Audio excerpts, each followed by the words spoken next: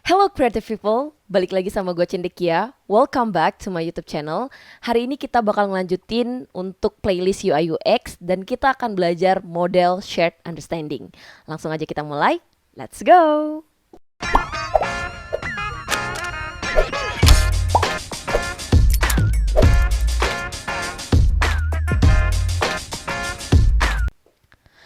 Oke teman-teman, hari ini kita akan belajar model shared understanding. Dan kalau teman-teman lihat, di situ ada tulisan part 1. Kenapa ya?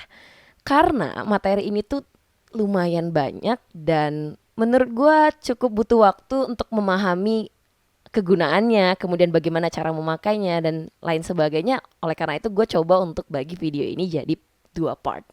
Oke, apa aja sih yang akan kita pelajarin? Pertama ada background, point of view, problem statement, how might we, the problem definition process, business model canvas, ideals, response, user persona atau juga bisa disebut dengan customer persona.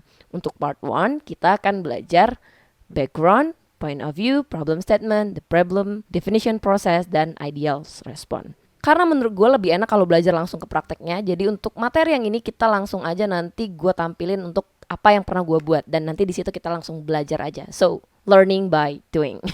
Oke, just let's go. Oke, yang pertama.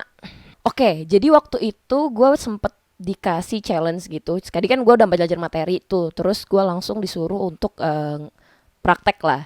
Nah, di sini gue dikasih study case untuk cari background, problem, kemudian POV, how might we, BMC-nya, business model canvas-nya, kemudian user personanya.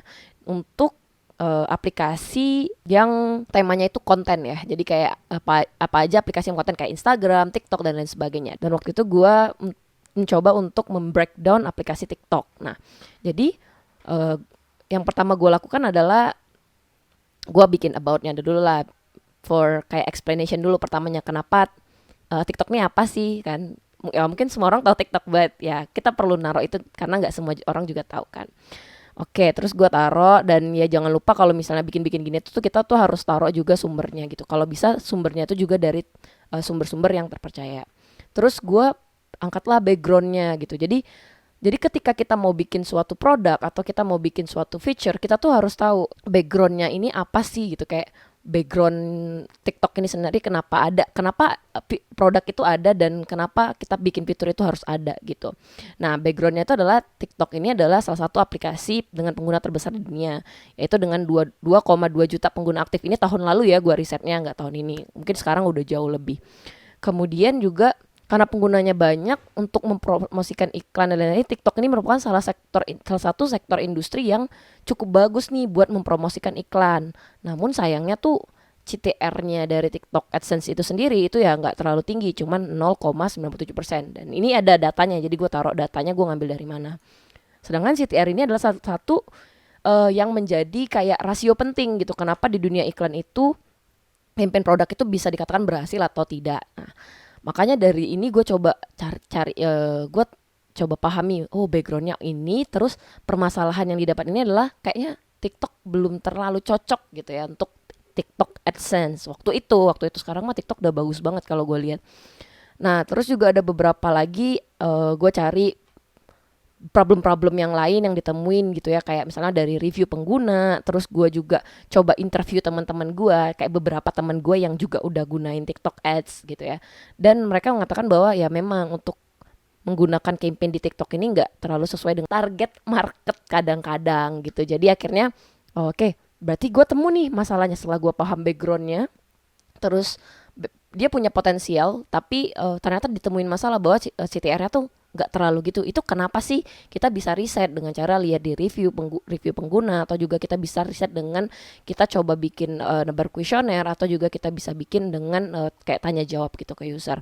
Nah, berarti gue nemuin masalah. Akhirnya setelah dari semua yang gue riset tadi, gue dapet suatu masalah bahwa ya TikTok ini memang suatu aplikasi yang berpotensi banget, tapi untuk menyampaikan sebuah iklan itu dia belum tepat sasaran gitu untuk target marketnya. Jadi belum bisa dikatakan belum efektif, efisien, dan tepat sasaran.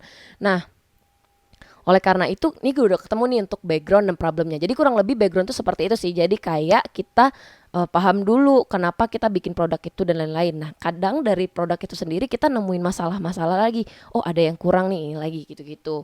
Jadi makanya ada namanya nanti tuh design sprint. Nanti kita bahas lagi. Jadi nggak semua permasalahan itu langsung diselesain dalam satu waktu gitu. Jadi kita satu-satu yang mana yang paling urgent gitu. Nah, dari situ kita bisa bikin jadi kan tadi kan ini belum bentuk problem ya, masih bentuk problem kayak secara general gitu. Nah, sebenarnya ketika kita kolaborasi dengan tim lain itu lebih gampang ya. Kayaknya tuh kita bikin suatu problem statement gitu, kayak kalimat satu gitu yang menyampaikan apa sih masalahnya gitu. Nah, ini kan mungkin gue bikin sih, cuman maksudnya kayak masih gak kurang rapi waktu di chapter ini. Jadi gue bikin user bisnis membutuhkan TikTok, user bisnis itu membutuhkan TikTok untuk menyampaikan iklan maupun campaignnya dengan target market yang efektif, efisien, dan tepat sasaran. Itu problem statementnya. Tapi pada kenyataannya kan di TikTok belum gitu. Nah, itu bisa jadiin problem statement. Jadi kayak dibikin statement gitulah kalimat. Jadi biar orang nggak susah juga bacanya gitu ya. Ini kan kebetulan gue bikin.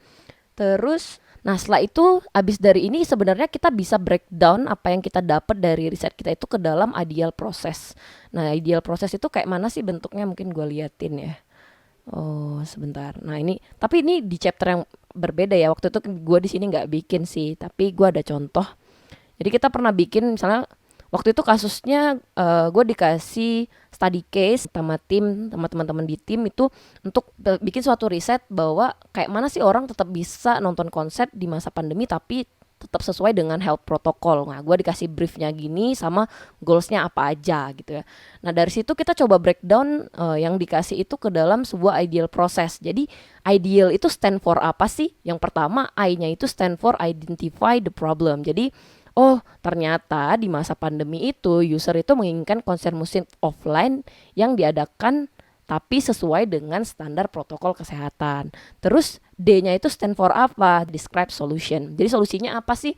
Konsep drive-in itu di mana penonton itu tetap stay di dalam mobil tapi tetap bisa nonton konser dengan tambahan aplikasi yang mungkin berfungsi untuk membeli tiketnya ataupun membeli makanan kalau seandainya mereka pengen beli sesuatu. Kan kalau di konser-konser biasanya ada stand-stand yang jual-jual makanan atau baju dan lain sebagainya kan. Nah, itu.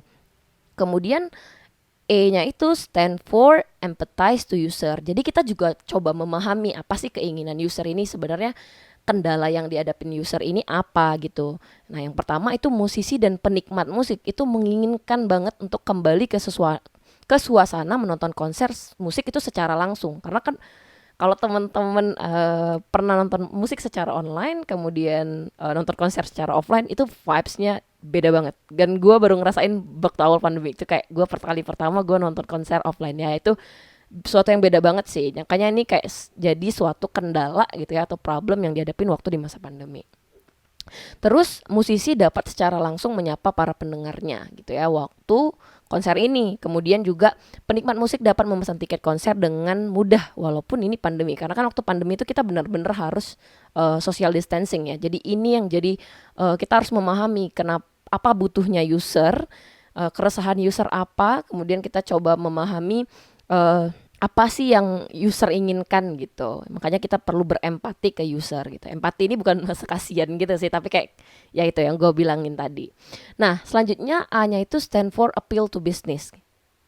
Seperti yang udah kita bahas di video sebelumnya bahwa terdiri dari 3, teknologi, user, dan bisnis. Jadi jangan lupa juga untuk bisnisnya. Jadi kita pengen bikin A, bikin B, bikin C, tapi kita nggak tahu nih workflow bisnisnya ini gimana, dan itu susah banget karena kita butuh uang gitu ya, semua butuh uang.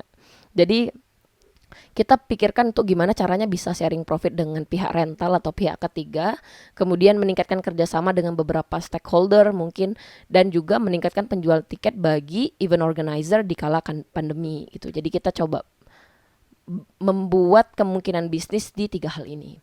Kemudian yang terakhir L-nya itu lock-in agreement. Jadi kita coba buat lock-in agreement-nya apa aja. Misalnya kayak, kita pengen ada protokol kesehatannya nanti di konser ini. Kemudian tempat parkir konser musik offline-nya itu ada pengaturannya dan lain sebagainya.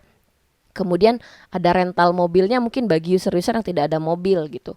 Kemudian additionalnya mungkin feature sharing drive-in ini di bagian rental mobil gitulah. Apa yang kita pengen lakuin di login agreement ini. Nah, setelah jadi ideal proses itu sebenarnya setelah kita dapat semua risetnya, kita bisa ngedefinisi ini. Apa problemnya, apa solusinya, bagaimana user inginnya apa, kemudian appeal to bisnisnya bagaimana, kemudian apa yang kita pengen buat dari suatu masalah tadi gitu. Nah, biar lebih mudah lagi kita juga bisa bikin POV, jadi point of view. Jadi ini kuncinya cuma 3. Kalau gue pengen lebih gampang gitu inginnya.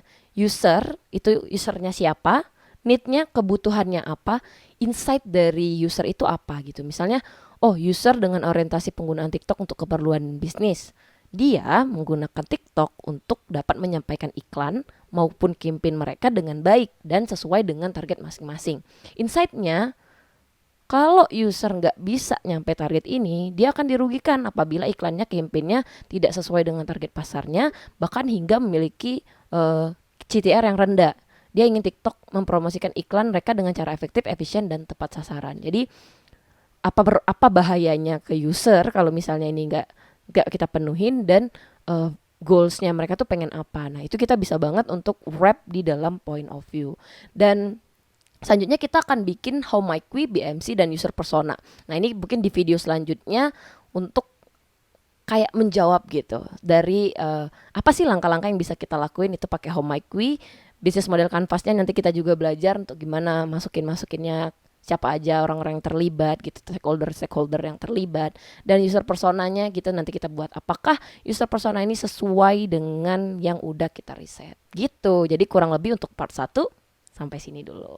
Thank you karena udah nontonin konten gue, semoga bermanfaat, dan kalau ada yang perlu ditambahin ataupun sesuatu yang salah, gue terbuka banget untuk nerima tanggapan kalian di kolom komentar. See you in another video. Bye-bye.